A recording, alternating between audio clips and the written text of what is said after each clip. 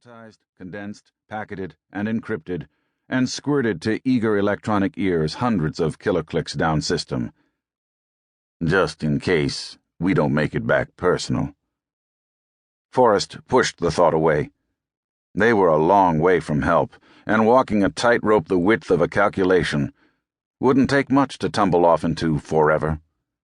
The microwave power beam from Helios light, the onboard fuel cells, the water regen, the precision of burn calculations, the uncounted welds and relays and connections and lines of programming code that made up a ship. Millions of things had to work, and work together, and work all the time. All the mission plans read how the crew would make it back alive, but Forrest hadn't any illusions when he signed the articles. During training, they had rehearsed every possible contingency and covered every plausible scenario. So they had a game plan for everything except reality, which never did go according to plan. The counter display announced 243 blocks encrypted. Estimated transmission time 13 minutes. Forrest covered a yawn with his hand and watched the display. The 243 changed to 242, then to 241 as the blocks spooled. Helios would echo the hash code to confirm receipt, and if the bounce-back failed to match, they'd have to do the whole thing over. Damn if I know when I've had more fun. Forrest was grateful for any break in the monotony, but it was a hell of a thing when this was what you looked forward to. On the Earth-to-orbit traffic, there was always something happening.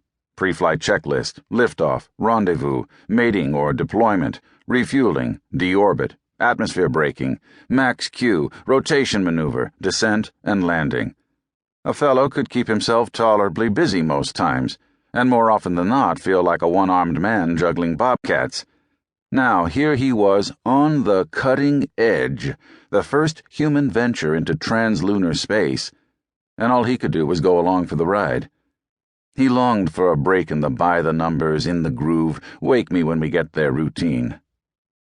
Funny, how dull the cutting edge could be. A sudden commotion arose from the passageway that led through Bullard's nose-lock into Salyut. Forrest glanced at the console clock. If Mike Krasnaroff was coming aft to take the con, he was awful early. But it was Ignacio Mendez that popped like a gob of chewing tobacco from the opening between the two pilot couches. The geologist cartwheeled across the flight deck and caromed off the aft bulkhead. "Nacho, old son," said Forrest, watching the man bounce. "What the hell you doing up?"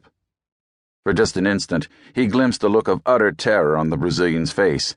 Then Iron Mike Krasnaroff glided out of the passageway and snagged Nacho on the rebound, smooth as old Shaq in his glory days.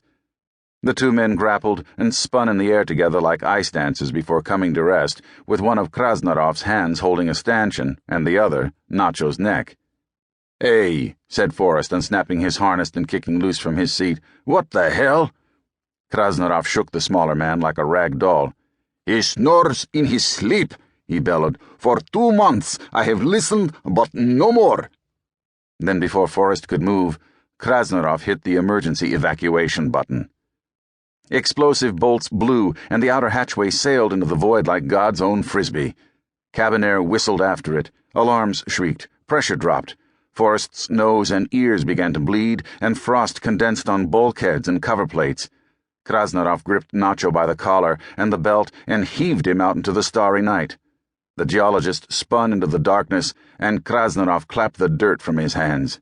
"Now I get quiet." "Without air to carry the sound," Forrest observed, "I'd say it'll get real quiet." Krasnaroff hovered unaffected by the outrushing torrent. The air hurled notepapers, a laptop, a data recorder past him, but his hair and his tight-fitting t-shirt and shorts were unruffled. He pointed an angry finger at Forrest.